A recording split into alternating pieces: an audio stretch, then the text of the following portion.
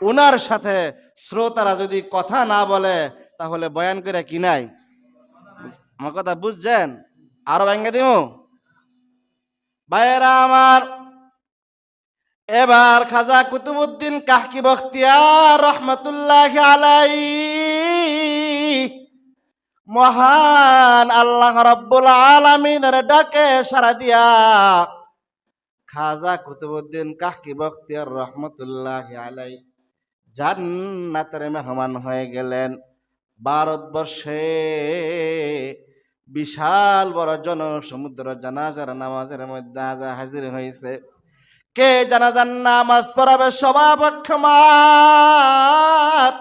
উমুকে বলে আমি মুফতি মুহাদ্দিস, আমি সাইকুল হাদিস। খাদেম ডাক দিয়া বলে না না, এখানে মুফতি মুহাদ্দিস সাইকুল হাদিস